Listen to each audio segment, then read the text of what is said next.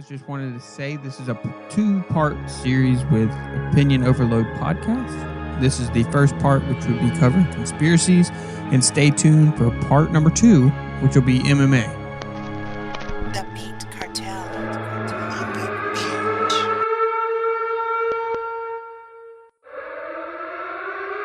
This is not a test. This is not a test. You are listening to the Almost Legal Podcast with Josh Ankesheiln.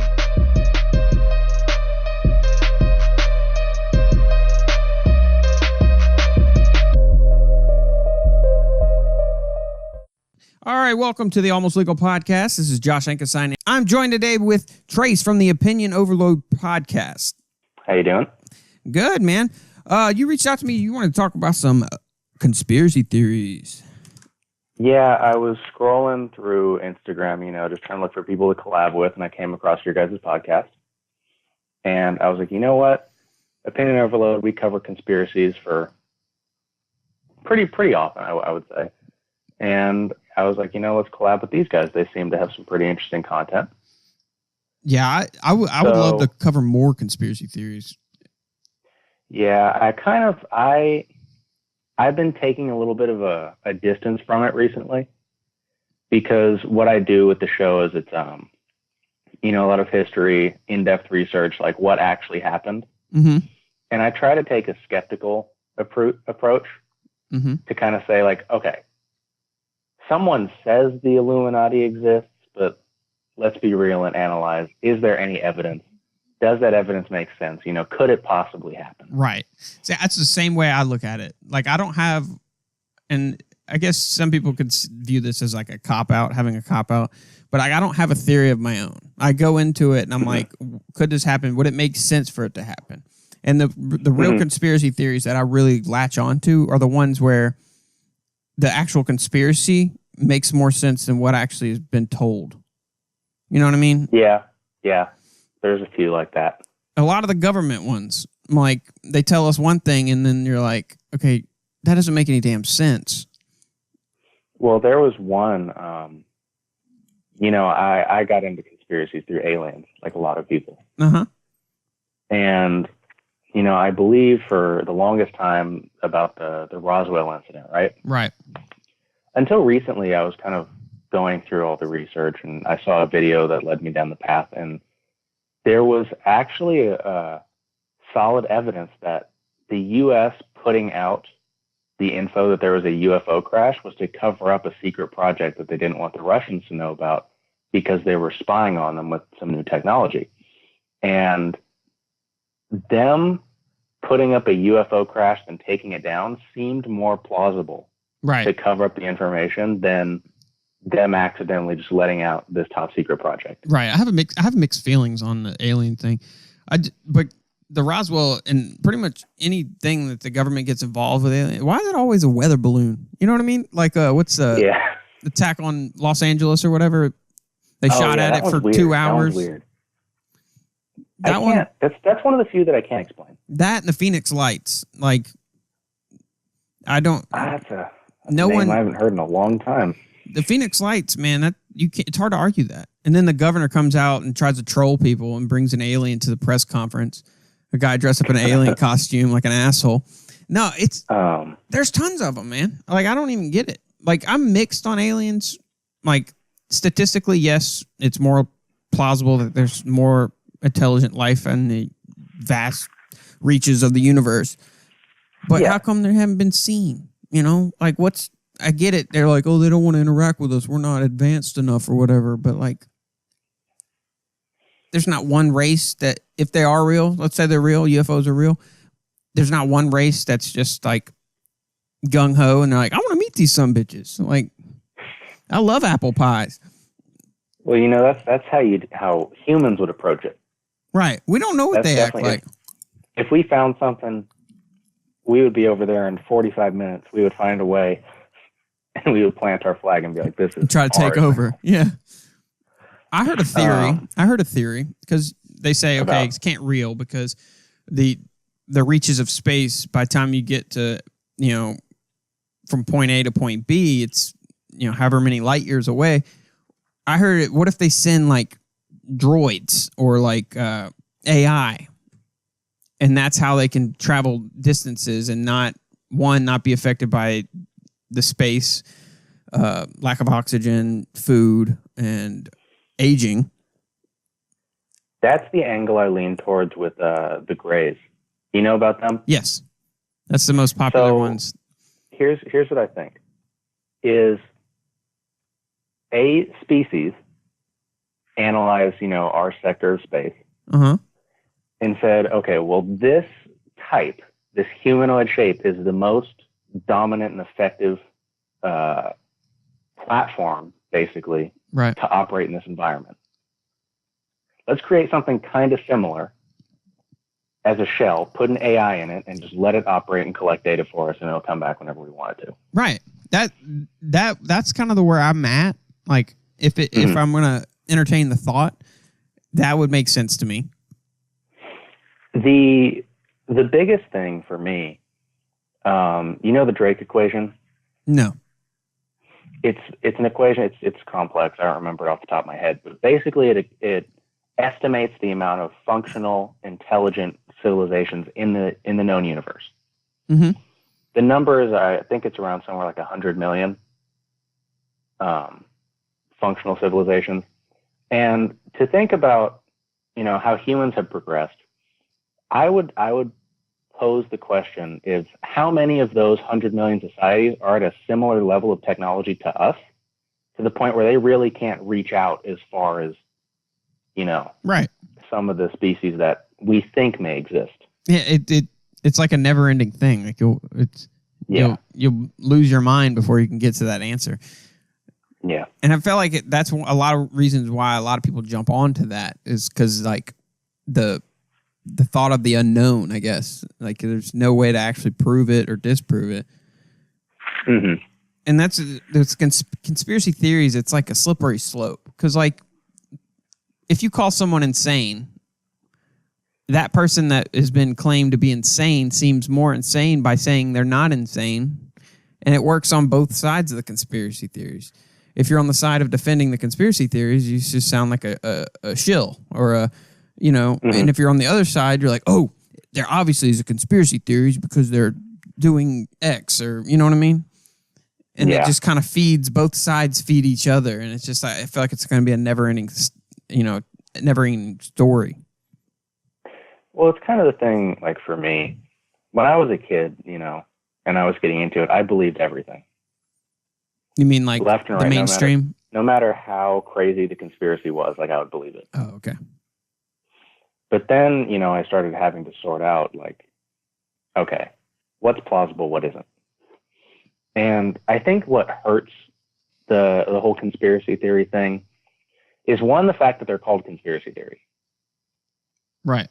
I think that hurts it because I don't remember what it was, but basically sometime around the 60s, the CIA coined the term conspiracy theory and started applying it to, radical groups like Malcolm X. To discredit them.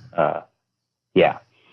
And there were serious conspiracies at that time, like the Northwoods incident or Northwoods Project. I've covered on this show multiple times. Like when the last JFK file dump, I read through about 1,500 of them. We didn't learn anything new, but like what I did notice, and it kind of opened my eyes and made me kind of started growing a tinfoil hat, like coming through my scalp, basically. All the shady crap, all the stuff, all the conspiracy type deals, all the weird handlings of information and evidence and stuff all happened with that core group of people that was running the intelligence agency.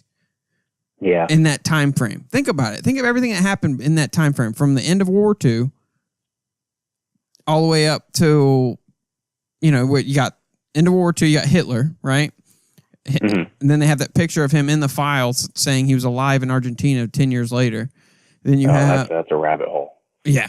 It's the slippery slope. It's hard not to get into a bunch of them. Then you got the moon landing, you got JFK, you got Vietnam, the Gulf of Tonkin incident. Yeah, dude, it's like those core people that really the next one, it kind of leaps all the way till 9/11, Mm-hmm. And then people want to argue with you and say, like, they would never do that. No, they've done some shady shit and a lot in that time frame. It's one of those things where I think a lot of it started with guys like J. Edgar Hoover. Mm-hmm. Because he had so much to hide that he was trying to like obscure all the information. Oh yeah, he had a lot to hide, official business and private business. And once other intelligence agencies got a hold of that, and they started to figure out, well, this is how he's maneuvering all this stuff and how he's getting these people to, kind of fall under his control. They figured out they can do that on a bigger scale with other things. Oh yeah. And it's crazy how many intelligence agencies actually exist in the United States. There's no way to know, There's the CIA, the FBI, which is probably what everyone knows, the NSA, the National Reconnaissance Office, the Office of Naval Intelligence. I can't even list them all. All right, and then I'm sure there's ones that we don't even know about, Oh, certainly. There's no doubt. Like, there has to be someone in charge of funneling all that heroin from Afghanistan. Oh, that's actually an interesting one. Yeah? That's not even so much of a conspiracy as much as that's been like proven. That's fact. proven. Like, this is how much it increased. 90%. It was at an all-time low pre-2001. It was at like 9% of the world's supply of opium. Now it's at like 94%. Yeah, that's just a tad suspicious. Yeah, and coincidentally, what do you see now? Let's see, opioids and opium overdoses off the charts. Mm-hmm. Yet we're going to argue about who we want in the office and be very passionate about it, like we're actually going to see something different. No, it's all the same. They don't give a shit about you. They don't care about us. I'm thoroughly in the camp that the office of president is too much for one person to handle. No doubt. I definitely think it should be distributed, and I think it should be distributed based on sectors of the economy. Like, we have a position called Surgeon General. He is the administrator for all medical stuff in the United States. Well, we need to assign that guy to whatever percent of the council it is, and just have him handle medical things. Yeah, everyone wears way too many hats, and we need to have someone do economy, and we need to have someone do foreign policy, because having one person do all that, there's not enough time. That was the one thing pre all the drama that came out of it. The one thing when I heard Trump running for it, I was game for. I was like, okay, I could see that, but the structure of the government can't change. But I thought maybe he would run it like that, because that's how companies ran. You have heads of departments, and then you have an overseer, which is the CEO or the general, the head guy. I think that's what you were trying to say. Like, you're head of this department. You see this. You have people under you that handle that. You see, it's like a pyramid effect, Mm-hmm. And that's the best way to do it. Everyone wears too much hat and dilutes everything. We never get anything accomplished. The main counterpoint I have to my own thing that I just posed there, the cabinet exists, but I don't think the cabinet has enough power and authority to get things that need to happen done. Do you think it's like that for a reason, though? Do you think that's the purpose? It's probably like that for a reason. But the thing is, things get slowed down having to go through one person. And agendas also dictate what gets changed. Yeah. That's why it's so this two-party, well, I guess you could say two-party system, but it's really an either-or system. Let's draw a line in the sand. There's no middle ground. We're going to run on one thing. Literally, everyone is a copy-paste. If you're a Republican president, no matter what you actually believe, what are you going to run on? Gun rights, big military, anti-abortion. Tax lowering. Yeah, tax lowering. You're the exact same person as the person before. Why are you getting so emotional about them talking crap? He's the same. It's the same thing. What does he actually think? We don't know. Democrats, the polar opposite. That's the problem with a lot of politics is there are guys who could come in and totally change the game. I'm certain they exist. But because they have to follow that party line. Yeah. And that's why you'll no one talks about how the presidential candidate's chosen. We just get to choose what they chose. You know what I mean? Yeah. I definitely think a switch to the popular vote would be a better idea. To an extent. To represent the needs of the country. But then, you know, the intricacies of, it's slipping my mind right now. What's it called?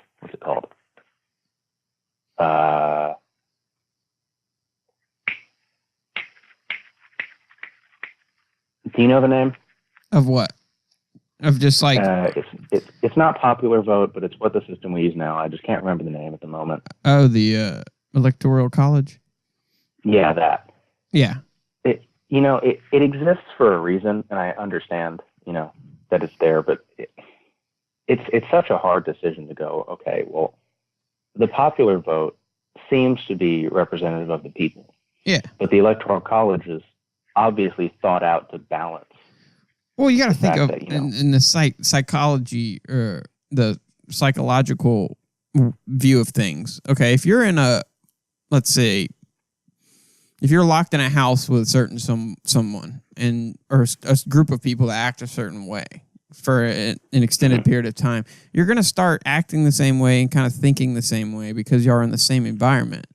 When you get those melting pot, like I don't really claim a party. Like I'm kind of just on the fence a lot, but like if you get, say, LA, like California, New York, right? Super far left, right? Their population is like, I don't even, bukus, right? About 25 million. Yeah, I think if you took LA County and New York's votes or something, Trump like just demolished the popular vote. Like just the LA County, not the state of California, LA County and New York, and Trump slaughtered her with the votes in that election alone. That's the one downside I see with the popular vote, but I see what you're saying. It's kind of like, I don't really know. I think the whole system's screwed. I wish we could just like hit a reset button and try to fix it.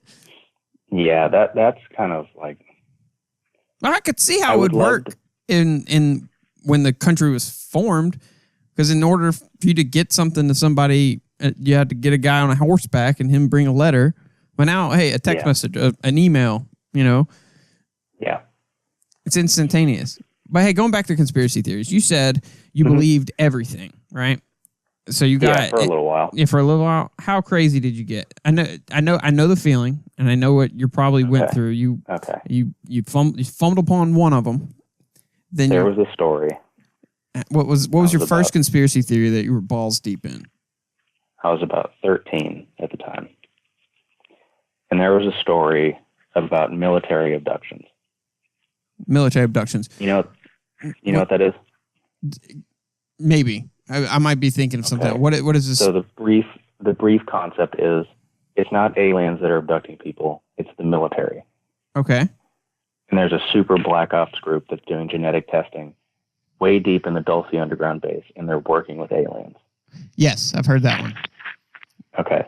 Well, there was a story that I heard. And hold on.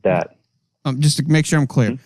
So all the abductions are actually government working with aliens, and also in combined with that, it complains with it goes with the cattle mutilations, right? Effectively, yes. Right. Okay. Making sure. And I heard a story. This woman who claimed that she woke up on the operating table, that she was being operated on by military surgeons, and they were being overseen by a reptilian alien who's, 8 feet tall, huge, all these dense muscles, scaly skin. But he was wearing a tail coat with a top hat. Sounds like a bad villain. I'm dead serious. This is what she claimed. No, I know what you're talking about. I didn't hear the top hat part. Yeah. That's one of the stories that I heard. And she claims that he was walking around like this aristocrat type dude. had a monocle on. He was just chilling.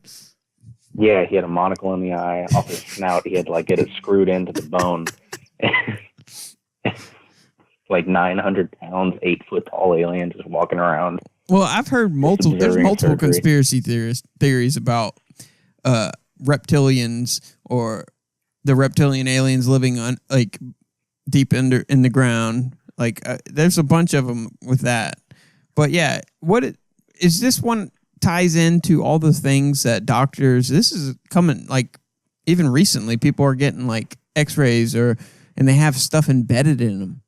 Like, oh, the implant stuff? The implants. Is this kind of tie into that? I mean, it's all related somehow, but yeah.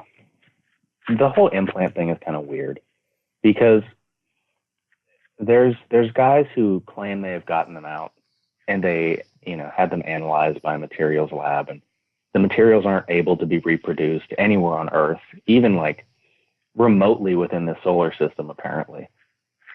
Isn't that crazy? Isn't that wild though? Like, how, I don't understand how there can be another substance that's not here, right? If it's true, like, that's the biggest thing for me. Like, if it's true, is the make it or break it thing. Right. How did that thing that can't be reproduced here or anywhere remotely close to us be in that person? Get embedded. And this isn't like, if you're listening, this isn't hearsay. Like, these are proven cases, like multiple cases. They find this thing and it's in there. Like, it'll be in someone's wrist, someone's neck, like a lot of times it's on their arms, and a lot of the time they move around in people when they try to get them out. Shit, that's some scary stuff. That's some faculty. Remember that 90s movie Faculty with that little bug that moves around in them? That movie's terrifying. Barely. Yeah, no, that was a Josh Hartnett film. No, like, have you heard the theory of, speaking of things that from other planets, you ever hear the theory about octopuses possibly being from alien origin? I've heard the theory, but I think it was kind of shot down. Yeah. There is the main theory with octopuses, though, or cephalopods in general. What's the plural for an octopus? Is it octopi? Is that what it's called? Octopi. Yeah. Yeah. The species name overall is cephalopod. But if humans weren't the dominant species, it likely would have been them. Yeah. They are insanely like... They're not the dominant species is because humans happen to be able to be really good at killing octopi. Right. So... But they think of things they can do. Like, they can camouflage. They can do a ton of stuff. They're super smart. Like, ridiculous. They can fit through tiny spaces. Like, insane. Did you see that one was in the boat and it, like, just happened, how did it know that was the way to get out of there? Like, it just, like, the vent hole in the boat, it squeezed through that little hole, went back in the ocean. Oh, I haven't seen that video. Oh, it's insane. You know what I'm talking about? Those little holes that drains water off boat decks? Yeah. Well, they had one just sitting on the deck, and it like wormed its way to the hole and just squeezed through it. I'm like, how the hell did it know it was going? Like, how did it know that? How did they know the ocean was that way? I think they have 2 hearts. Yes. And I think one is specifically for their brain. Oh, so they have like high. I guess that helps their brain processing. I'm not like 100% certain on that. It's like adding CPU to their brain. If it did, dedicating blood flow specifically to their brain would probably increase their ability to do things faster or more efficiently. Because they say humans can only access 10% of our brain. That's kind of a misnomer. Is it? We use all of it. We just consciously use 10 at a time. 15, 20% of it. Because there are certain parts like the non-sympathetic nervous system, like breathing. You don't think about breathing, but it's assigned to somewhere in your brain. Right. Kind of like that's just the default software that's loaded onto your computer before you get it. Yeah. It's system 32 for your body. Exactly. Okay. That makes sense. So we got on to their first conspiracy theory. What's the conspiracy theory that is most likely to you that you've seen that's like, this is obviously true? Like, this has, like, there's a, this isn't even conspiracy theory. Like, this is legit. That's a good one. I like that one.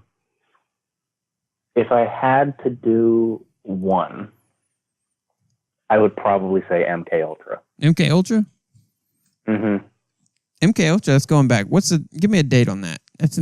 When did that start? The earliest I believe it happened was like 1962 or 63. I'm glad you brought MK Ultra up because like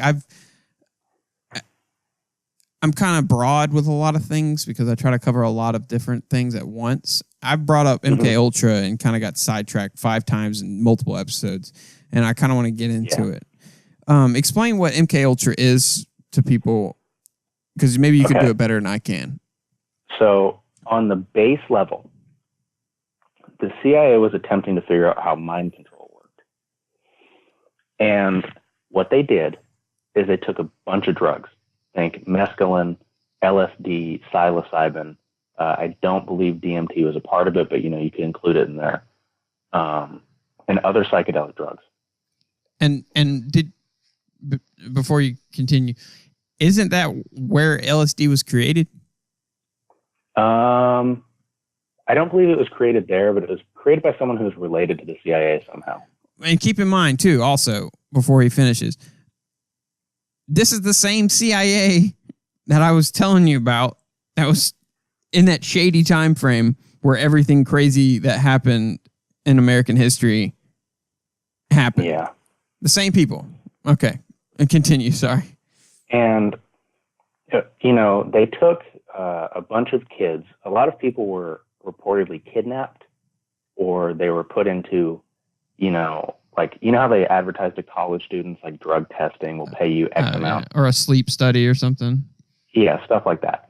And they would bring people in and they would attempt to use these drugs to control their mind. Well, unfortunately, or fortunately, depending on what side of the camp you're on, they figured out that those things don't control your mind. Instead, they expand it. And they decided they would have to use more drastic measures. So this is when the CIA gets into things like sodium pentothal and trying to use forcible measures like prying your eyes open and having you watch a video, or trauma-induced to mind control people. Yeah. Trauma-induced was the most brutal. Isn't it the most successful too, wasn't it? It was extremely successful. From what I remember, the trauma-induced would be like they would psychologically condition you to only remember certain things under certain circumstances, given, this keyword, and they would do it at the threat of whatever. They would beat you, they would threaten to kill your family, things like that, which it's pretty dark to be doing that to U.S. citizens, right, on U.S. soil. Yeah. And be secretive about it. Because it's the Cold War, you can get away with anything. Right. To blame it on their cop out for everything was, we're just trying to stop the spread of communism. Which I see it as less of a conspiracy, as more of a historical question. Mm-hmm. Was the Soviet Union during the entire Cold War, was that more of a false enemy, so that the United States could go and really abuse their borders? Bro, I think we have more in common than you think. Like certainly. That's my theory on everything. North Korea is one. What evidence do we have that they've done anything? I get it, they might be crazy, but they're not a threat. We don't care. That's one of the few things. There's a book, Escape from Camp 17, I believe. Camp 13 or Camp 17. And it's a guy who escaped from North Korea talking about the prison camp system. And he describes it in graphic detail. I'm more inclined to believe the North Korea stuff today. Right.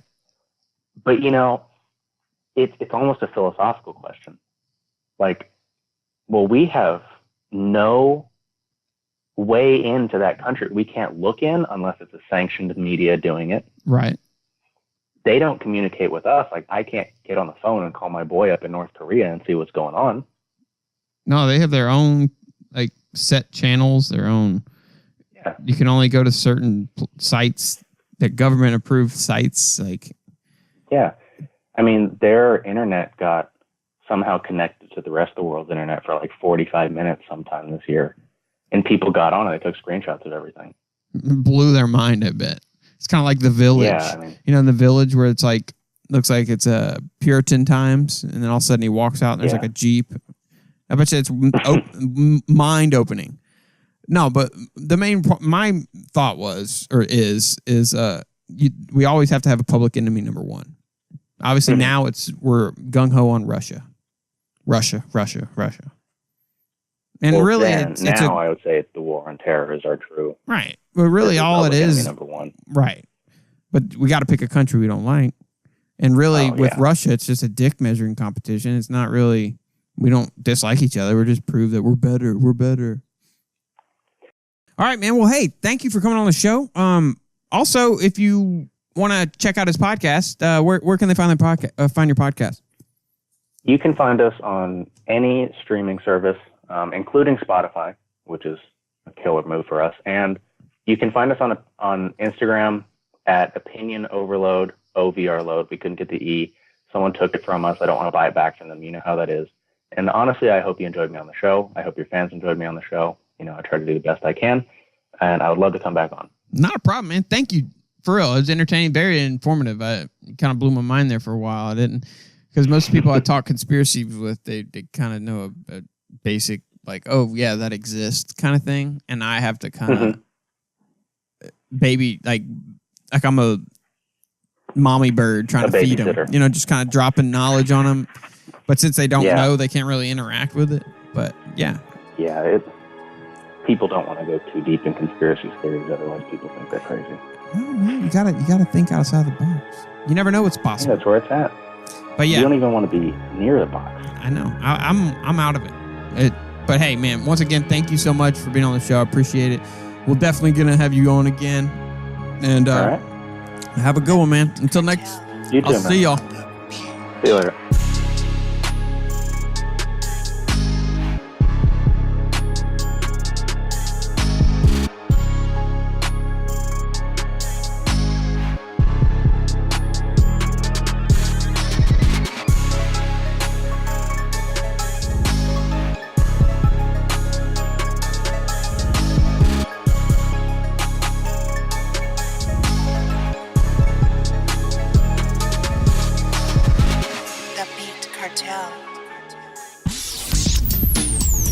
Just be sure to subscribe. And if you have a question or request for content on the show, contact Almost Legal Podcast on Twitter or email almostlegalpodcast@gmail.com.